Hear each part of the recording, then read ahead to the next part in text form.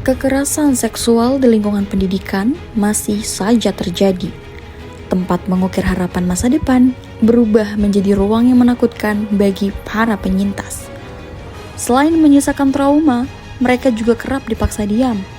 Lantas, kemanakah para penyintas harus bersuara?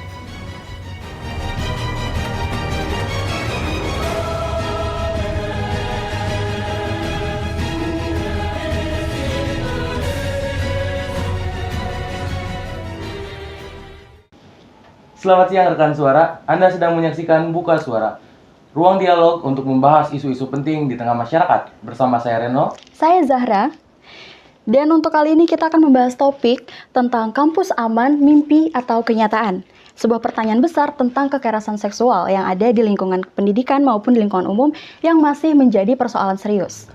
Untuk membahas topik ini lebih lanjut, kami telah mendatangkan dua narasumber yang kompeten di bidangnya. Yang pertama ada dari Lembaga Perlindungan Saksi dan Korban Daerah Istimewa Yogyakarta, ada Ibu Novita Prima Dewi SIP. Apa kabar Ibu? Alhamdulillah baik. Terima kasih Ibu. Ya, baik, untuk yang kedua narasumber kita ada Ibu Ika Wulandari SE MMCAP CTT dari Satgas PPKS Universitas Mercubuana Yogyakarta. Bagaimana kabarnya Ibu? Alhamdulillah sehat Mbak Zahra, Mas Reno. Terima kasih juga untuk udah hadir di studio bersama kami saat ini.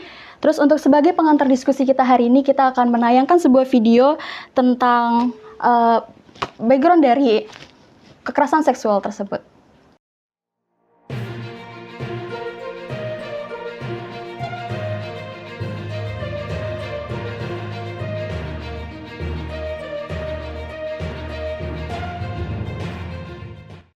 Ratusan kasus kekerasan seksual terjadi di lingkungan pendidikan. Tempat yang seharusnya menjadi ruang aman, kini menyisahkan kekhawatiran. Meski telah ada lembaga perlindungan, penanganan terhadap penyintas masih jauh dari harapan.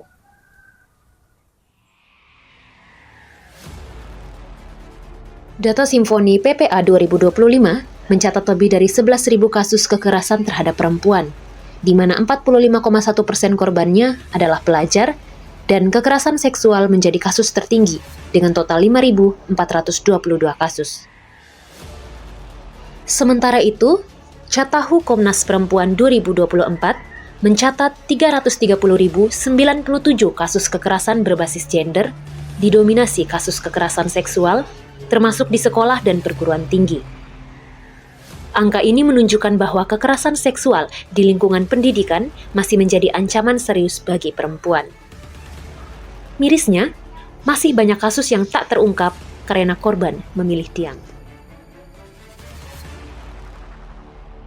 Tidak semua korban kekerasan seksual melapor ke kepolisian atau memohonkan perlindungan ke LPSK karena adanya keterbatasan informasi atau dari sisi korban ada rasa takut dan malu jika diketahui oleh publik peristiwa yang terjadi.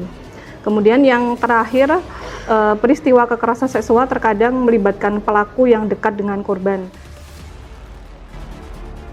Kalau untuk tahun 2025 ya, untuk 2025 sampai dengan hari ini 20 Juni itu ada kekerasan seksual itu ada 7.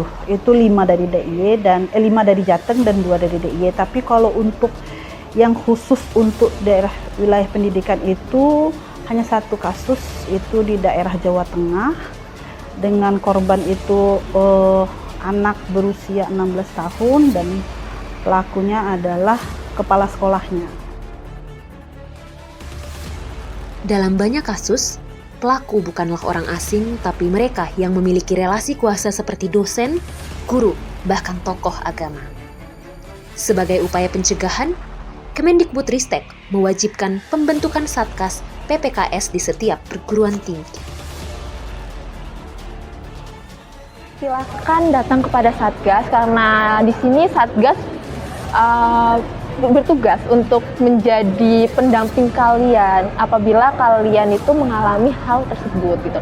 Jadi nggak usah malu kayak nanti masalah kalian itu tersebar oleh semuanya, karena dari Satgas itu akan benar-benar masalah ini dikip oleh Satgas sendiri gitu loh. Jadi yang benar-benar tahu mungkin hanya akan dengan tendik atau dosen ataupun pejabat kampus.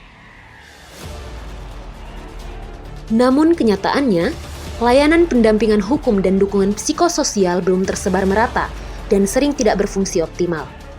Dibutuhkan komitmen bersama agar korban kekerasan seksual tidak lagi berjuang sendirian. Sebab pendampingan korban bukan sekadar formalitas, melainkan bentuk nyata keadilan. Dari Yogyakarta, Buka Suara News melaporkan.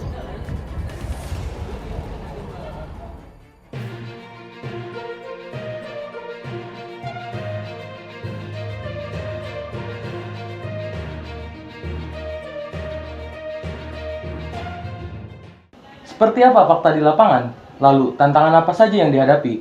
Dan juga apa solusi yang akan dihadapi? Para narasumber akan berbagi pengalaman dan pandangannya sesaat lagi. Kami akan segera kembali, tetap di Buka Suara. Suasananya adem, makanannya mantap, dan vibes-nya bener-bener bikin lupa waktu. Alright, Kopi Opak Jogja, tempat yang wajib banget buat kalian cobain. Kalau kalian lagi cari tempat nongkrong yang vibes alam, Kopi Opak Jogja bisa jadi andalan. Gak cuma sekedar nongkrong santai, tapi di sini juga kalian bisa family time karena menu makanan beratnya juga beragam. Dan kali ini aku penasaran banget sama udang asam manisnya Kopi Opak, makan sambil ditemenin sama gemericik air sungai yang bener-bener syahdu banget. Ternyata rasa udangnya tuh fresh banget, bumbunya nampol, perpaduan rasa asam, manis, dan sedikit pedasnya tuh bener-bener ngangkat selera banget deh. Kalau kayak gini caranya bikin nagih banget dan gak mau berhenti nyuap. Wah, kalau kayak gini sih bener-bener double combo, comfort food sejuta umat. Terakhir yang gak boleh kalian lewatin, kalian harus cobain minum es kelapa muda by Kopi Opak dan minumnya sambil berayun di tepi sungai Opak. Coba, nikmat mana lagi yang masih terlewatkan? So, buruan mampir dan kepoin Kopi Opak yang ada di Jalan Wonosari, Yogyakarta. Masih bersama kami dan kedua narasumber kami, ada Ibu Ika Wulandari dan Ibu Novita Primadewi. Dan kami akan masuk ke pembahasan untuk tema hari ini, pembahasan utama yaitu Kampus Aman, Mimpi atau Kenyataan.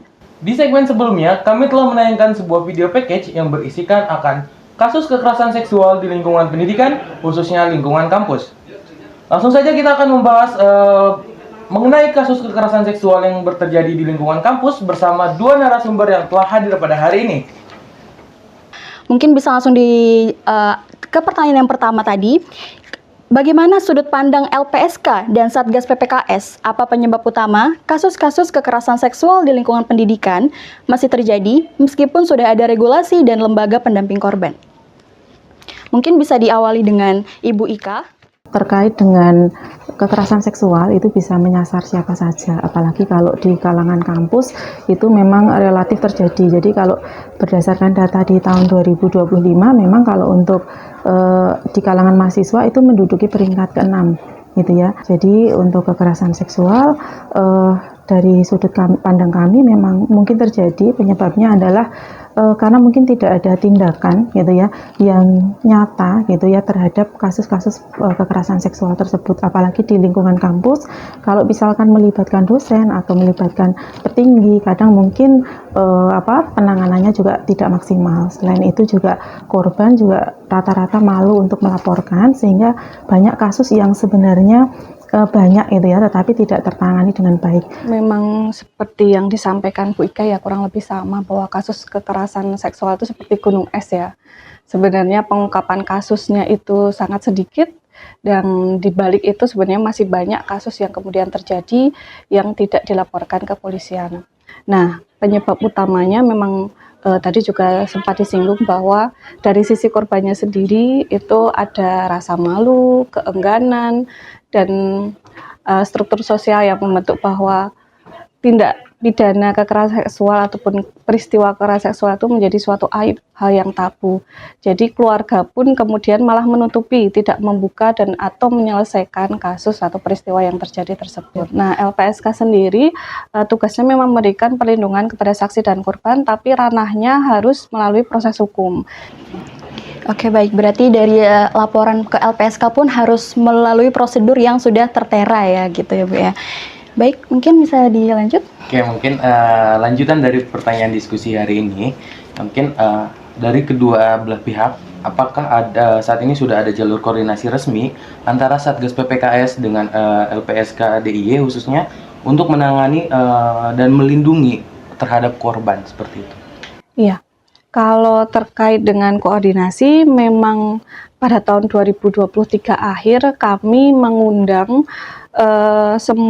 hampir semua satgas di kampus di DIY untuk kemudian melakukan suatu penandatanganan fakta integritas. Kami bekerja sama dengan DP2 AP3 DIY untuk melakukan kegiatan tersebut, yang mana harapannya agar ketika ada peristiwa tindak pidana kekerasan seksual di lingkungan kampus itu bisa kemudian ketika butuh perlindungan dan memang sudah melalui proses hukum, maka bisa dilaporkan ke LPSK. Oke, berarti secara garis besar sudah ada jalur koordinasi antara Satgas PPKS di setiap perguruan tinggi dengan LPSK di DIY seperti itu. Oke, mungkin kita akan beralih terlebih dahulu Ibu Ika untuk kita membahas lebih dalam mengenai lembaga perlindungan saksi dan korban. Mungkin pertanyaannya, bagaimana sih mekanisme akan pelaporan dari korban kepada LPSK, khususnya untuk penanganan dan perlindungan yang cepat diberikan kepada korban, dan seberapa cepat LPSK turun tangan dalam menangani kasus ini? Baik, kalau terkait dengan pelaporan sendiri, sebenarnya LPSK itu kan lembaga pemerintah yang memberikan pelayanan kepada masyarakat. Sifatnya pelaporan itu sukarela, jadi masyarakat kemudian mengajukan perlindungan ataupun pemulihan karena statusnya sebagai korban ataupun saksi ke LPSK. Namun walaupun begitu, kami juga melakukan tindakan proaktif tadi yang saya sampaikan, bahwa ketika ada kasus yang sekiranya viral, kita bisa melihat di media sosial ataupun berita, ataupun kemudian dari pihak-pihak yang kemudian kami kerjasama, mereka mengajukan ini harus dijangkau, maka kita melakukan tindakan tersebut. Jadi tidak serta-merta masyarakat bermohon ke LPSK, namun kami juga jemput bola. Nah, dari jemput bola itu khusus yang proaktif, kita menawarkan. Nah, ya atau tidaknya untuk kemudian mereka setuju itu tergantung pada korban ataupun pendamping.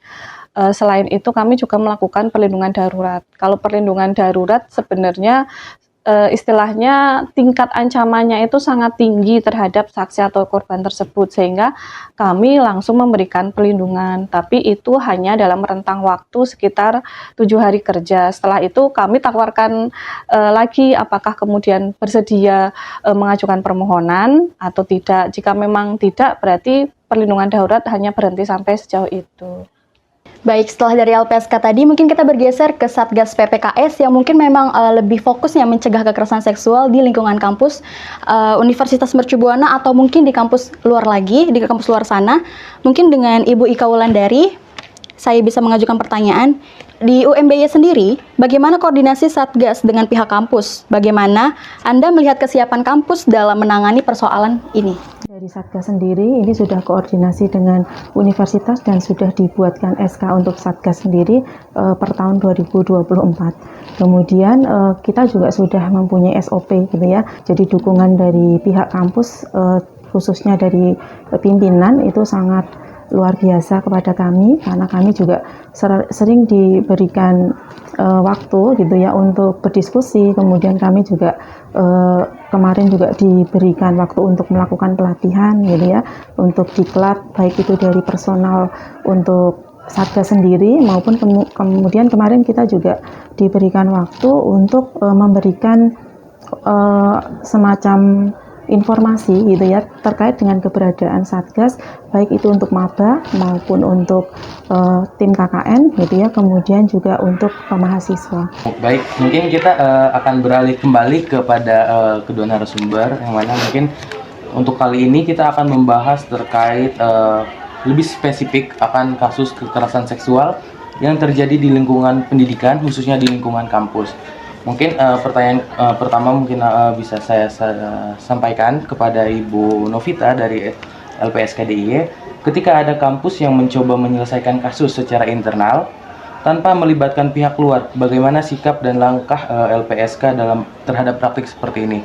Di DIY ini beberapa waktu yang lalu ada kasus yang cukup viral yang melibatkan antara mahasiswa dan dosen. Nah, kami mencoba kemudian ke Satgas PPKS dan juga ke dekanat ya terkait dengan kasus tersebut dan mencari informasi serta memberikan istilahnya apakah kemudian mereka akan bersedia ataupun mau untuk kita lindungi seperti itu. Namun balik lagi ternyata dari pembicaraan tersebut Satgas PPKS sudah menyelesaikan dan juga korban itu lebih ke pemulihan seperti itu, walaupun memang sebenarnya itu karena itu melibatkan antara mahasiswa dan dosen, mungkin relasi kuasa juga mempengaruhi sehingga kasus itu tidak sampai ke proses hukum seperti itu. Makanya memang sosialisasi sangatlah penting untuk meningkatkan keberanian dan juga awareness ya kepada masyarakat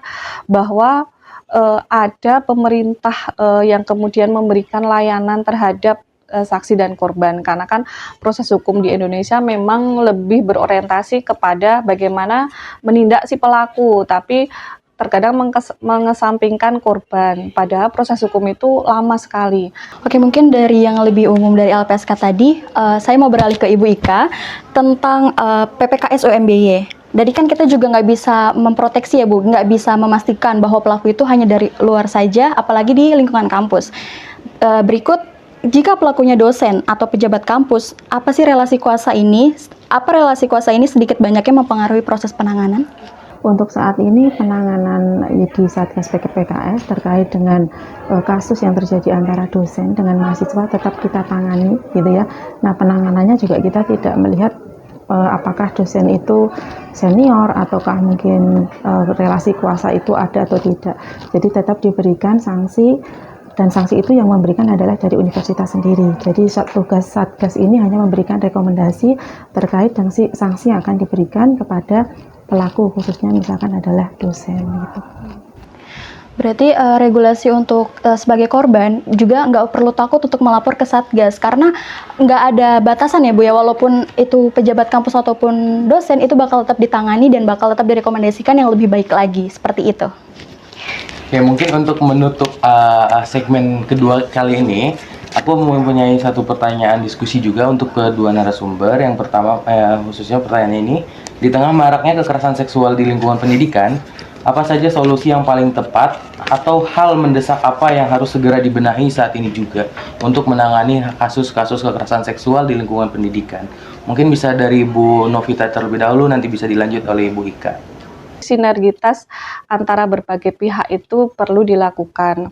Khususnya LPSK sendiri memang yang diberikan tugas untuk memberikan perlindungan saksi dan korban dalam proses hukum. Namun kan peristiwa itu tidak hanya proses hukum saja. Di luar itu kan banyak peristiwa yang tidak dilaporkan. Sehingga kolaborasi dan sinergitas itu sangatlah penting dalam upaya meningkatkan keberanian kepada masyarakat dan upaya agar kekerasan seksual itu tidak terjadi lagi. Kalau dari Satgas sendiri mungkin diperlukan sosialisasi yang intens kepada mahasiswa bahwasanya Satgas PPKS ini akan mendampingi mahasiswa yang menjadi korban pelaku kekerasan seksual mulai dari awal sampai akhir, di mana Satgas PPKS nantinya akan menjamin seluruh kerahasiaan, baik itu data, kemudian nama daripada korban, kemudian nanti segera akan kita tangani lebih lanjut. Jadi nggak usah ragu-ragu bagi mahasiswa Universitas Mercu Buana Yogyakarta, segera hubungi Satgas PPKS ketika terjadi hal-hal tersebut. Itu.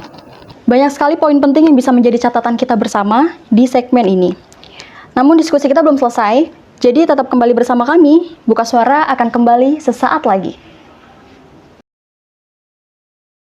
Alright, tempat laundry yang satu ini kayak apotek tutup, nggak ada obat. Pas tahu tempat laundry ini bener-bener speechless banget karena apa yang aku pikirin ternyata ada beneran. Jadi di sini nggak cuma bisa nge-laundry aja, tapi kalian bisa duduk santai di cafe estetik sambil nunggu laundryan. Udah gitu ya, Mas itu bener-bener informatif dan friendly banget. Dan karena di sini laundrynya self service juga, jadi Mas itu bener-bener ngarahin kalau kita kebingungan. Dan gak usah khawatir juga harganya mahal karena tempatnya yang estetik. Di Wasfan dengan mulai harga 10 ribuan aja kalian udah bisa cuci kering. Gak heran sih kalau setiap hari ramai kayak gini karena emang tempatnya affordable banget. Nah, untuk kafenya ada di lantai 2 buat kalian ngecil sambil nunggu laundryan selesai. Di sini menunya banyak banget dan tempatnya estetik pol. Dan di sini nyaman juga buat nugas. Jadi menurutku udah nggak ada lagi tuh alasan kalian mau nongkrong, mau ngecil sama teman-teman tapi cucian numpuk. Ya ke Waspan solusinya karena kalian bisa ngecil asik di Torte Coffee. Dan gak usah khawatir ditinggal ngecil karena di sini dikasih alarm buat pertanda kalau laundrynya udah selesai. Gokil cuy, kalau kayak gini sih nggak bakalan bosen buat nunggu laundry. Emang real banget, Waspan selalu bikin fun. Baik, kembali lagi bersama kami di Buka Suara yang mengangkat tema tentang kampus aman, mimpi atau kenyataan. Rekan Suara, kita hari ini akan masih melanjutkan diskusi pada sesi ini bersama dua narasumber yang telah hadir dari LPSK dan juga Satgas PPKS. Namun, kita mempunyai sebuah data bahwasanya berdasarkan data yang dilampir dari laman web Fakultas Hukum Universitas Indonesia, pada tahun 2019 terdapat 174 kasus kekerasan seksual di 79 kampus di Indonesia, khususnya di 29 provinsi. 96 korbannya adalah mahasiswi dan sebanyak 20% tak melapor, lalu 50% tak menceritakan kepada siapapun. Pelakunya sendiri adalah dosen, mahasiswa, staf, tokoh agama di lingkungan kampus, dokter klinik, dan warga lainnya yang berada di lingkungan kampus. Ini adalah data 6 tahun yang lalu. Namun, kami ingin bertanya kepada dua narasumber yang telah hadir pada hari ini. Mungkin pertanyaannya adalah, kemana sebenarnya penyintas harus bersuara dan mencari peradilan atau perlindungan? Apa langkah awal yang harus mereka ambil agar segera mendapat penanganan yang tepat? Mungkin bisa dijawab terlebih dahulu oleh Ibu Novita dan nanti bisa dilanjut oleh Bu Ika. Iya. Jadi LPSK sesuai dengan amanat undang-undang memang kami memberikan perlindungan kepada saksi dan korban. Jadi berdasarkan apa yang disampaikan tadi, kemana kemudian korban itu melapor, silahkan kemudian melapor ke LPSK yang akan kemudian memberikan perlindungan dalam proses hukum, kemudian pemulihan terkait dengan hal-hal yang kemudian ataupun dampak dari kekerasan seksual tersebut. Jadi kalau kekerasan seksual yang terjadi di lingkungan kampus itu kan korban itu tidak harus melaporkan sendiri. Jadi bisa saja temannya korban itu melaporkan ke Satgas PPKS, karena kalau dia melaporkan sendiri kadang ada rasa malu gitu ya. Makanya teman-teman ini kalau misalkan di kampus harus punya bestie gitu ya, punya teman untuk berbagi cerita. Karena kadang korban ini malah tidak cerita ke keluarga.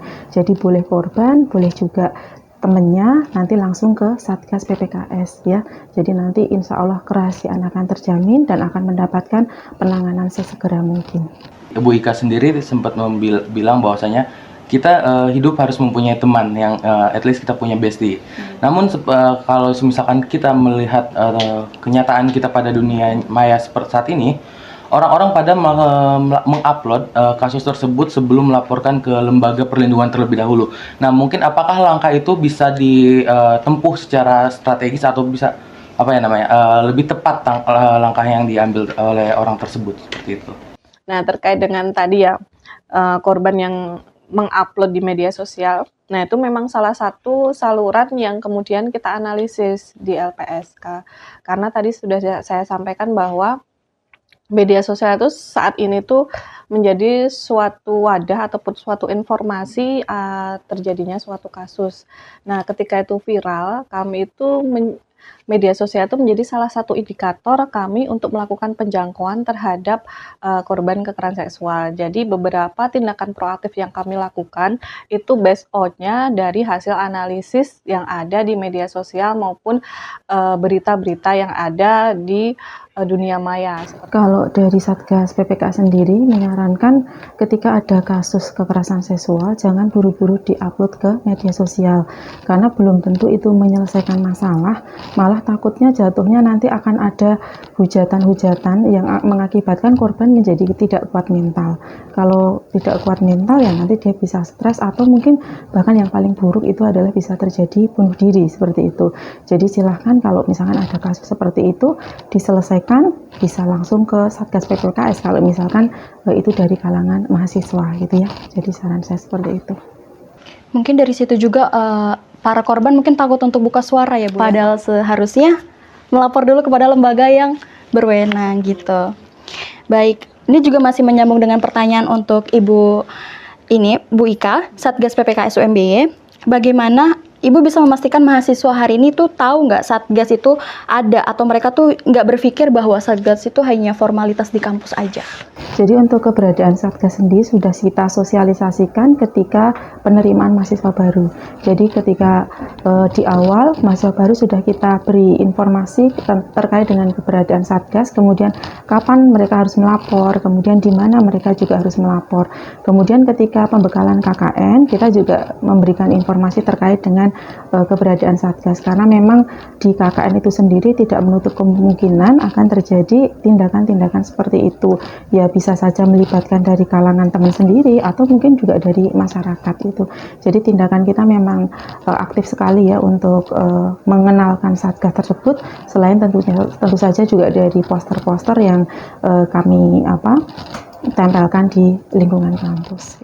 Apakah Satgas PPKS khususnya di UMBY ini mempunyai ruang konseling tersendiri untuk menangani kasus atau melindungi korban akan pelecehan seksual ataupun kekerasan seksual di lingkungan kampus? Jadi untuk ruang konseling itu kemarin direncanakan di kampus 1, tapi sekarang sedang dibuat untuk tempatnya. Tetapi selama ini ketika ada penanganan kasus itu kita memang mempunyai ruang yang ada di salah satu fakultas, jadi tidak perlu saya sebutkan gitu ya, karena memang kerahasiaannya akan kita jaga gitu, dan ruangan itu tidak banyak dilihat oleh orang gitu, sehingga ketika nanti korban itu masuk, harapannya tidak semua orang memahami atau mengetahui terkait dengan adanya tindakan kekerasan seksual yang menimpa para korban tersebut gitu. Berarti secara tidak langsung Satgas PPKS ini bisa menjadi ruang aman bagi korban untuk mencari perlindungan. Apa sih tantangan yang paling krusial yang dihadapi oleh LPSK sendiri saat memberikan perlindungan kepada korban kekerasan seksual yang terjadi di lingkungan pendidikan seperti itu? Iya. Tantangannya itu perihal investigasi. Jadi kami itu dalam memberikan perlindungan kepada saksi dan korban, sebelumnya melakukan penelaahan, melakukan investigasi sejauh mana tingkat ancaman, kemudian kebutuhan dari korban itu sendiri. Jadi dari situ kemudian kami bisa memberikan layanan yang tepat bagi si korban. Namun tantangannya tersendiri yaitu sistem pendidikan itu kan sudah mapan ya. Kemudian juga sudah ada Satgas PPKS, dan isu mengenai relasi kuasa itu juga beberapa akan mempengaruhi keberanian dari korban itu untuk kemudian melapor seperti itu. Nah itu yang tantangannya untuk meningkatkan kepercayaan dan juga kerahasiaan, keamanan, dan kepastian dalam proses hukum sendiri. Karena kekerasan seksual terkadang ada kendala juga di dalam proses hukumnya, sehingga itu akan mempengaruhi tingkat kepercayaan dan kemauan dari korban untuk kemudian percaya mengakses layanan LPSK dalam ranah proses hukum. Mungkin ada follow up pertanyaan juga Ibu. Jadi kalau semisalkan ada satu kasus yang mana korban dan pelaku berbeda kampus, itu apakah LPSK sendiri langsung berkoordinasi dengan kampus si A, misal kampus A ini kampusnya korban, atau langsung berkoordinasi dengan dua kampus tersebut? Iya, biasanya kami akan menganalisis ya sebelum kemudian menyasar sebenarnya pihak-pihak yang akan menjadi informan kami dalam melakukan asesmen tersebut. Kalau dari konteks itu berarti nanti kami pun akan melakukan pendalaman informasi di kedua belah pihak, antara kampus dari korban dan juga kampus dari pelaku. Bisa juga kami biasanya akan melalui Satgas PPKS-nya, karena kan Satgas yang kemudian diberikan amanah dalam rangka pencegahan dan juga perlindungan korban kekerasan di lingkungan kampus, seperti itu. Mungkin sebelum ke LPSK, berarti kan dari kedua kampus yang namanya tadi untuk pelecehan seksual di kampus tersebut kan sudah ada Satgas PPKS. Dari situ mungkin bisa bekerja sama ya Bu ya, mungkin dengan Satgas sebelum menindaklanjuti kasus yang terjadi gitu. Mungkin itu sih.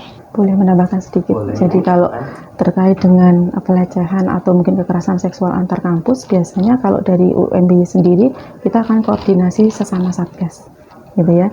Jadi nanti penanganannya antar Satgas universitas itu bertemu, kemudian nanti kita cari solusi bersama-sama. Oke, baik.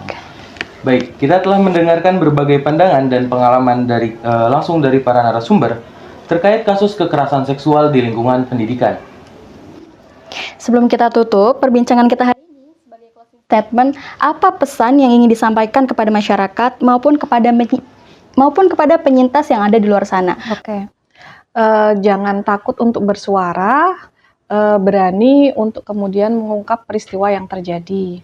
Silahkan bisa kemudian menghubungi LPSK perwakilan Yogyakarta yang ada di Gedung Keuangan Negara, Jalan Kusuma Negara, Yogyakarta.